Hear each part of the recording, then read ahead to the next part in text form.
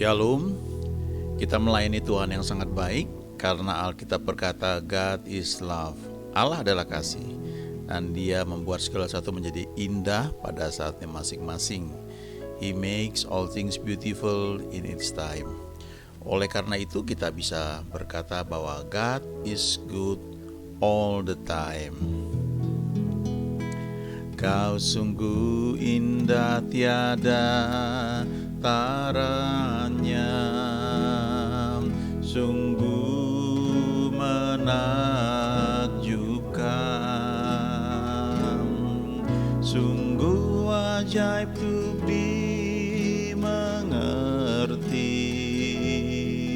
lebih dari semua yang ada. Hikmat-Mu tiada terselami,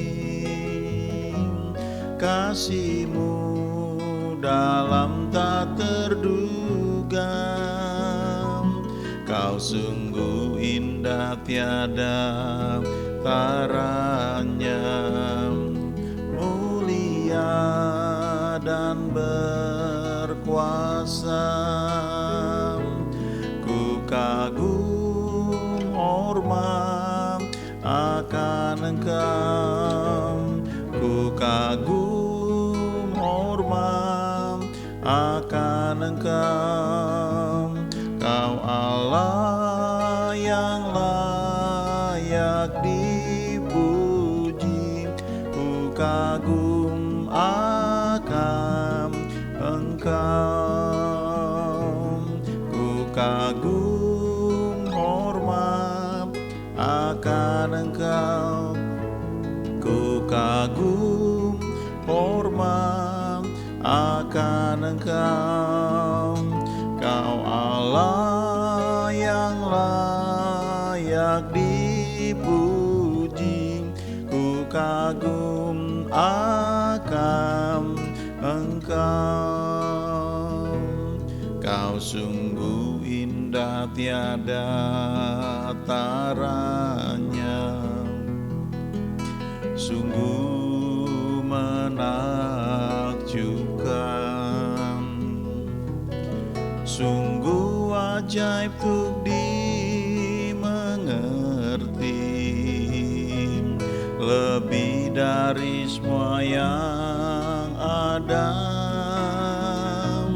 Hikmat-Mu tiada terselami, kasih-Mu dalam tak terduga. Kau sungguh indah tiada taranya, mulia dan berkuasa.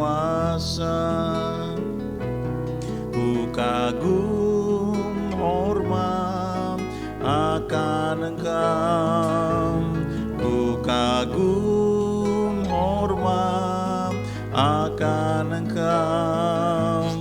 Kau Allah yang layak dipuji, ku kagum akan Engkau, ku kagum hormat akan Engkau, ku kagum hormat akan Engkau. Kau Allah yang layak dipuji, ku kagum akan Engkau, ku kagum hormat akan Engkau, ku kagum hormat akan Engkau. Kau Allah yang layak dipuji, ku kagum akan Engkau, ku kagum akan Engkau, ku kagum akan Yesus.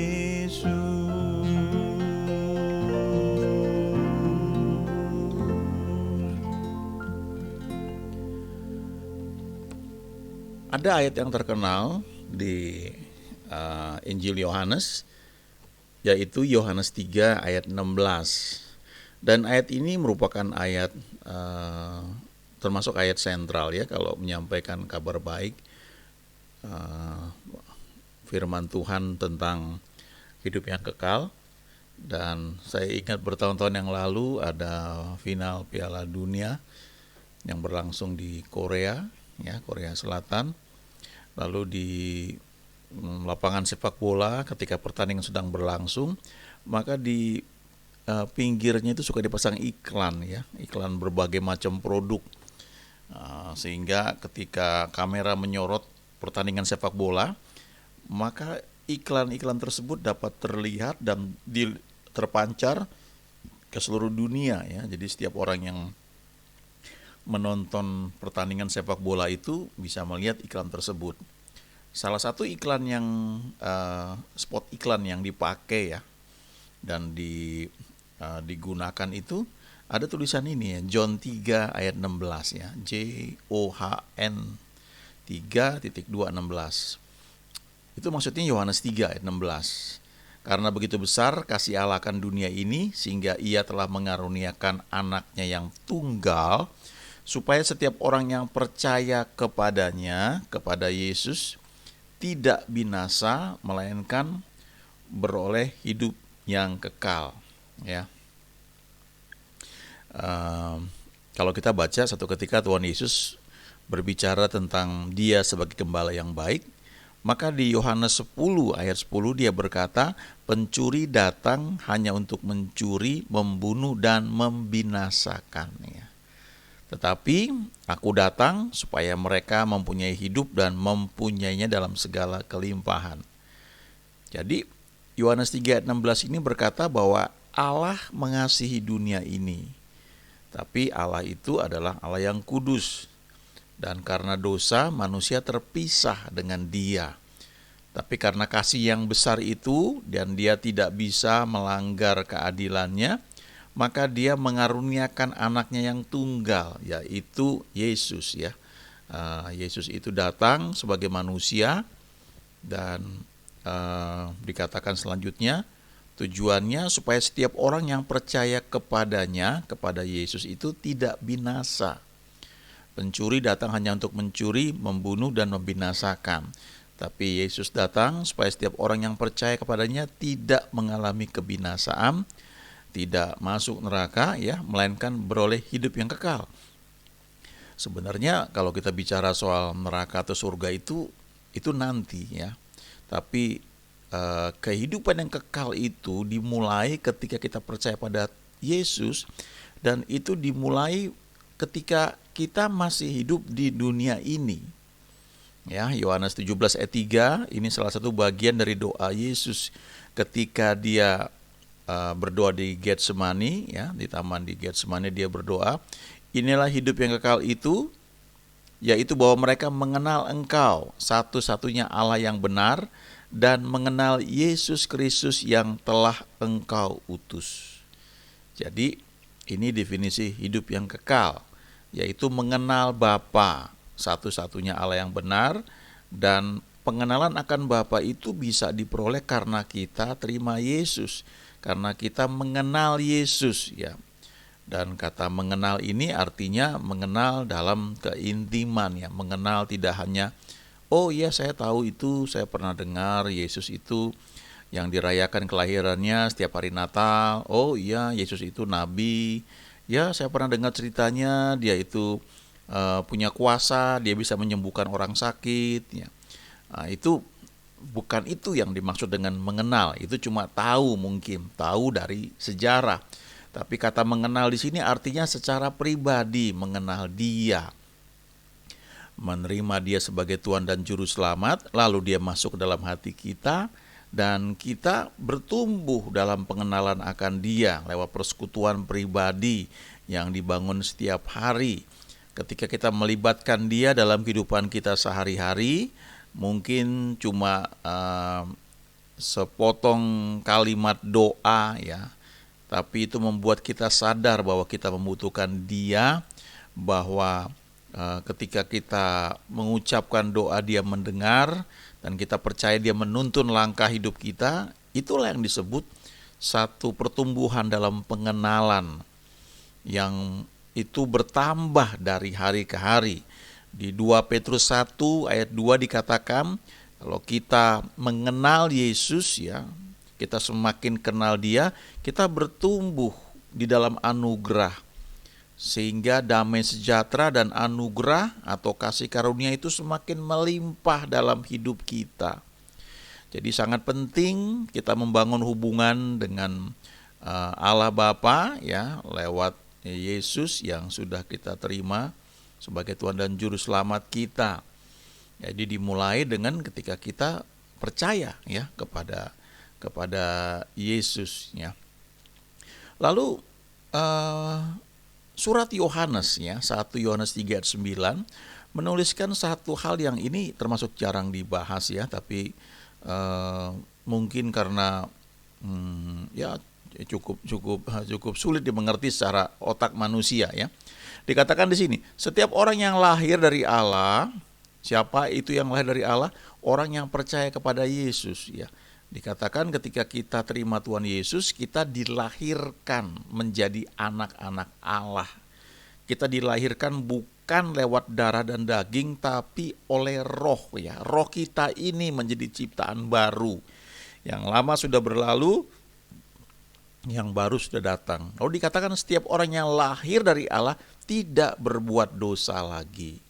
Sebab benih ilahi tetap ada di dalam dia. Ada benih ilahi di dalam kita yang sudah lahir baru, yang sudah terima Tuhan Yesus, ya, menjadi ciptaan baru. Apanya yang baru? Rohnya yang baru. Alkitab berkata di 1 Tesalonika 5 ayat 23, manusia itu terdiri dari roh, jiwa, dan tubuh. Waktu kita terima Tuhan Yesus, tubuh kita tetap sama. Kalau kita awalnya orang yang gemuk, ya tetap gemuk. Kecuali kita merubah gaya hidup kita, diet kita bisa berubah. Tapi secara fisik kita nggak berubah. Kalau rambut kita keriting, tetap keriting. Kecuali kita ke salon, kita rebonding, diluruskan. Dan kalau kita awalnya rambut kita sedikit, tetap sedikit ya. Nggak berubah itu, kecuali ya bisa ada mujizat, bisa juga karena kita melakukan hal tertentu. Tapi yang disebut menjadi ciptaan baru itu bukan tubuh, ya, tapi roh kita. Demikian juga bukan jiwa kita. Jiwa kita masih tetap sama. Waktu kita terima Tuhan Yesus memang ada satu kesegaran dalam jiwa kita. Ada satu titik awal untuk berubah jiwa kita itu. Kalau awalnya kita ini, ya dalam jiwa itu ada pikiran, ada kehendak, ada emosi. Kalau awalnya kita nggak terlalu pandai matematika, ya tetap seperti itu. Ya butuh waktu untuk belajar. Walaupun sekali lagi ketika kita menjadikan Tuhan itu juru selamat kita, dia mulai menuntun hidup kita dan bisa terjadi perubahan-perubahan yang cepat, kepandaian yang Tuhan berikan. Ya, sebab juga dikatakan di kitab Amsal, takut akan Tuhan adalah permulaan pengetahuan. Dan banyak kesaksian orang yang sudah ikut Tuhan dengan sungguh-sungguh, dia mulai diberi kepandaian, ya, walaupun itu butuh waktu. Jadi jiwanya nggak berubah, itu yang disebut mengalami sanctification, mengalami penyucian, itu butuh waktu, ya, tidak semalam. Kalau awalnya kita orang yang suka marah, kita mulai berubah, ya, tapi tidak instan, ya. Ada perubahan pikiran, ya. Kalau awalnya kita orang yang negative thinking, ya nggak langsung berubah, tapi sejak kita terima Yesus itu mulai ada cara berpikir yang diubah. Ya. Tapi waktu kita terima Yesus, roh kita itu berubah. Dan roh kita itu disegel, ya, bahasa Inggrisnya itu kan shield, ya, dimeteraikan oleh Roh Kudus. Itu terjemahan lainnya ya disegel, diprotek begitu rupa sehingga dikatakan di sini tidak bisa berbuat dosa, ya, karena ia lahir dari Allah. Dikatakan juga bahwa roh itu penurut, daging itu lemah. Jadi kalau setiap hari kita mengizinkan Tuhan memimpin hidup kita lewat roh kita yang sudah lahir baru, maka kita akan bisa menikmati hidup yang mengikuti tuntunan Dia. Dan kalau mengikuti tuntunan Dia, kita akan cenderung selalu mau berbuat baik, tidak mau berbuat dosa, karena roh kita sudah lahir baru. Ya. Nah, dikatakan di sini bahwa ia lahir dari Allah. Kalau kita baca ayat-ayat selanjutnya di 1 Yohanes ini, kita akan melihat bahwa semua yang lahir dari Allah bukan hanya tidak dapat berbuat dosa lagi, tapi juga mengalahkan dunia. Nah, sekarang kalau kita perhatikan, ya, manusia itu kan roh, jiwa, dan tubuh. Tubuh kita tetap sama waktu kita terima Tuhan Yesus. Ya, rambut kita tetap sama. Walaupun setelah kita mulai belajar melakukan beberapa hal, maka penampilan kita bisa berubah. Yang tadinya overweight misalnya, jadi mulai langsing. Yang tadinya nggak rapi, sekarang mulai cenderung rapi karena berubah cara berpikirnya. Lalu jiwa, ya kita kenal kalau kita bertemu dengan orang, ya ini orangnya ini baik, ini orangnya ramah. Kita mengenal mungkin beberapa karakter dasar yang mewarnai kehidupan kita.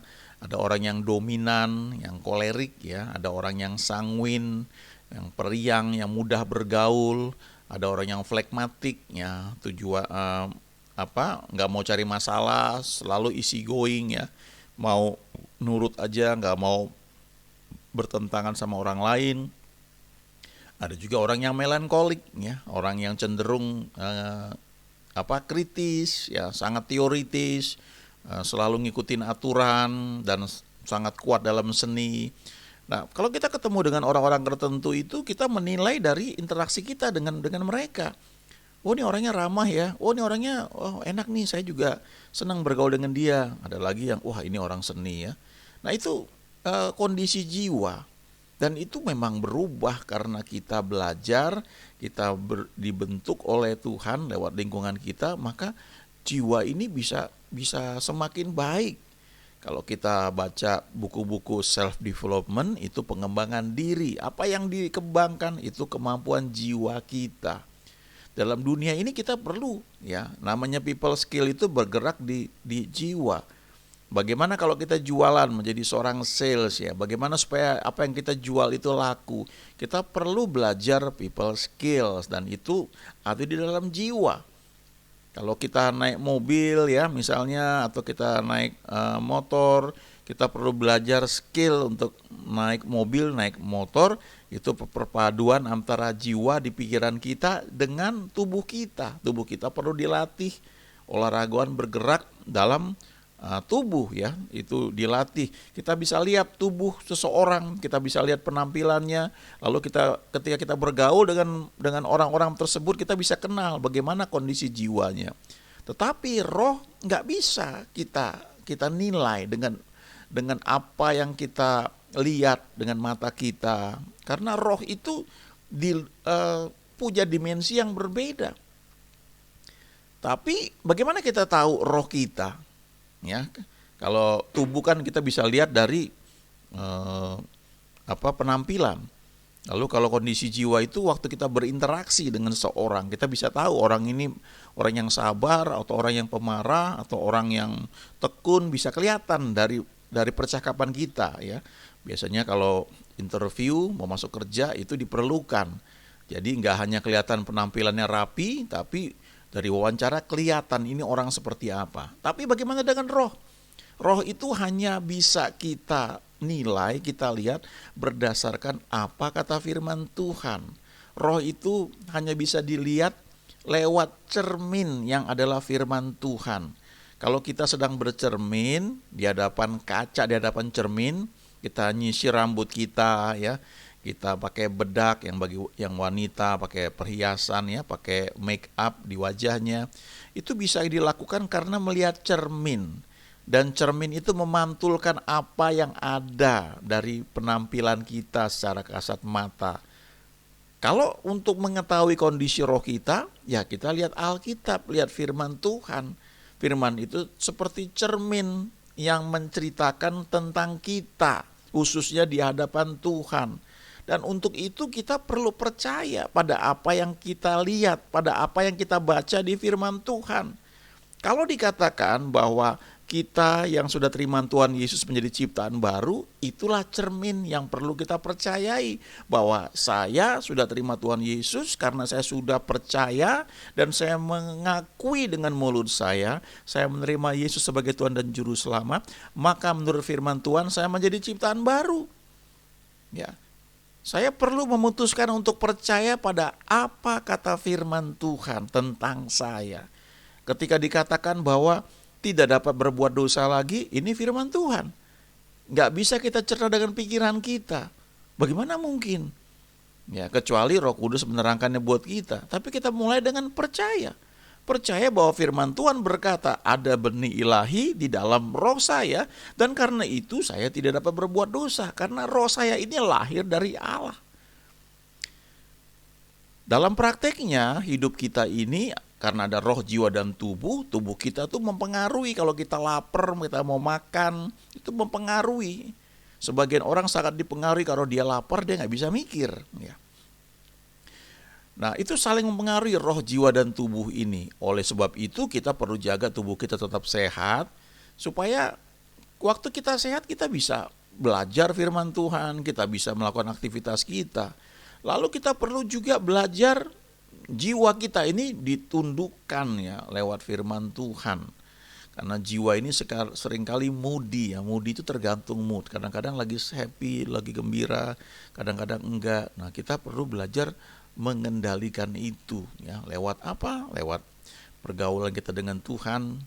Lalu dengan cara jiwa kita itu diperbarui terus, maka apa yang kita sudah miliki oleh karena roh kita sudah lahir baru, itu mulai bermanifestasi keluar lewat jiwa kita. Kita menjadi orang yang diperbarui dan dampaknya itu bisa sampai ke tubuh kita. Kalau kita izinkan pikiran kita diperbarui terus. Nah, selanjutnya Yohanes juga menulis beberapa ayat tentang hidup yang kekal, mengenai eternal life ya. Itu ada di 1 Yohanes 5 ayat 11, 12 dan 13 ya. Dulu waktu saya belajar Alkitab ya lewat kakak-kakak rohani, ini salah satu ayat hafalan. 1 Yohanes 5 mulai ayat 11, dan inilah kesaksian itu, Allah telah mengaruniakan hidup yang kekal kepada kita. Dan hidup itu dalam bahasa aslinya itu Zoe, ya Zoe itu hidup ilahi, hidupnya Allah. Hidup itu, Zoe itu ada di dalam anaknya, ada di dalam Yesus. Barang siapa memiliki anak, barang siapa memiliki Yesus, karena terima Yesus masuk dalam hatinya, ya Yesus masuk dalam hati kita, maka ia memiliki hidup, memiliki Zoe.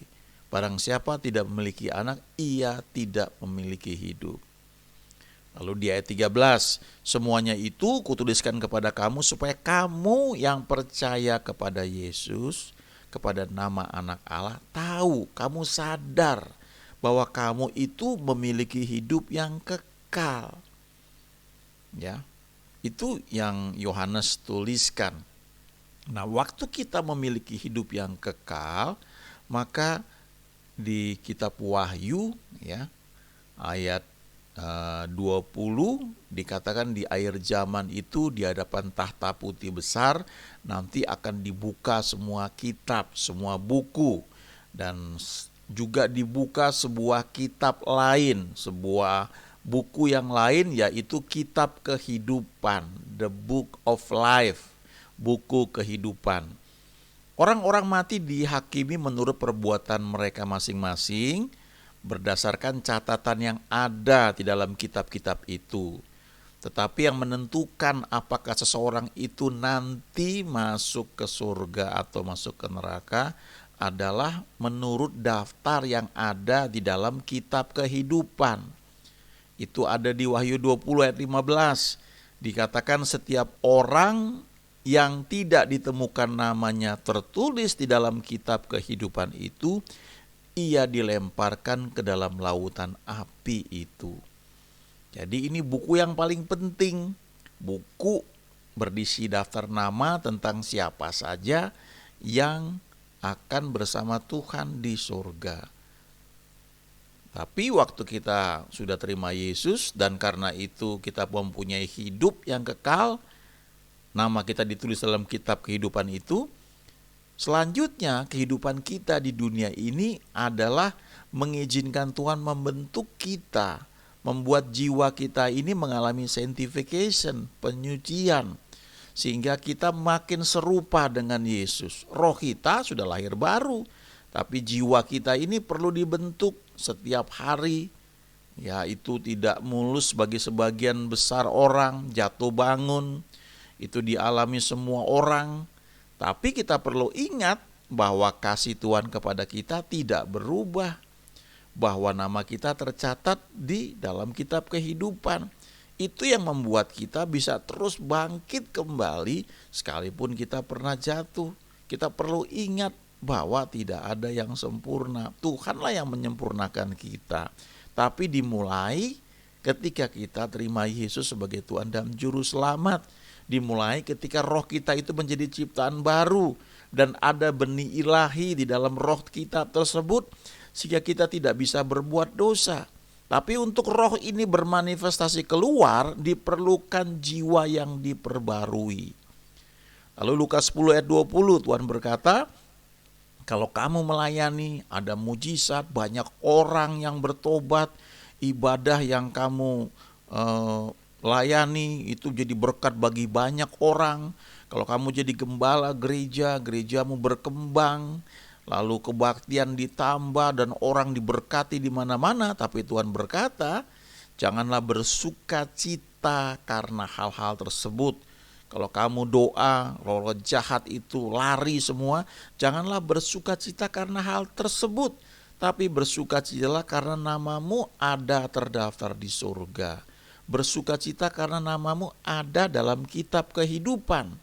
Yang itu terjadi ketika kita terima Yesus sebagai Tuhan dan Juru Selamat. Ya, bagaimana caranya?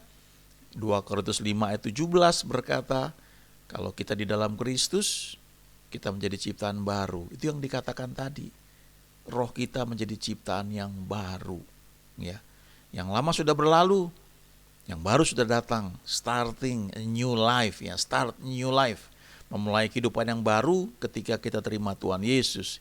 Lalu Yohanes 1 ayat 12 dan 13. Semua orang yang menerimanya, menerima Yesus, diberinya kuasa, diberinya otoritas supaya menjadi anak-anak Allah. Siapa itu? Mereka yang percaya dalam nama Yesus. Dan orang-orang ini yang percaya dalam nama Yesus adalah orang-orang yang diperanakan atau dilahirkan bukan dari darah atau dari daging, bukan pula secara jasmani oleh keinginan seorang laki-laki, melainkan dari Allah. Roh kita yang dilahirkan kembali menjadi ciptaan baru. Roh kita itu ya yang membuat kita ini layak di hadapan Tuhan. Allah itu roh. Barang siapa menyembahnya harusnya harus menyembah Dia dalam roh dan kebenaran. Roh kita ya. Itu yang perlu kita sadari. Dan kalau kita senantiasa mengizinkan Tuhan memimpin hidup kita, kita akan semakin sadar bahwa Dia Tuhan yang baik. Kita bisa melihat, mengalami ya bahwa God is good all the time. Kita bisa semakin merasakan kebenaran firman Tuhan bahwa Allah adalah kasih, God is love, dan Dia selalu membuat segala sesuatu menjadi indah pada saatnya masing-masing. Kita belajar mengizinkan Dia menuntun hidup kita, maka kita akan melihat bahwa He makes all things beautiful in its time. God is good all the time. Amin.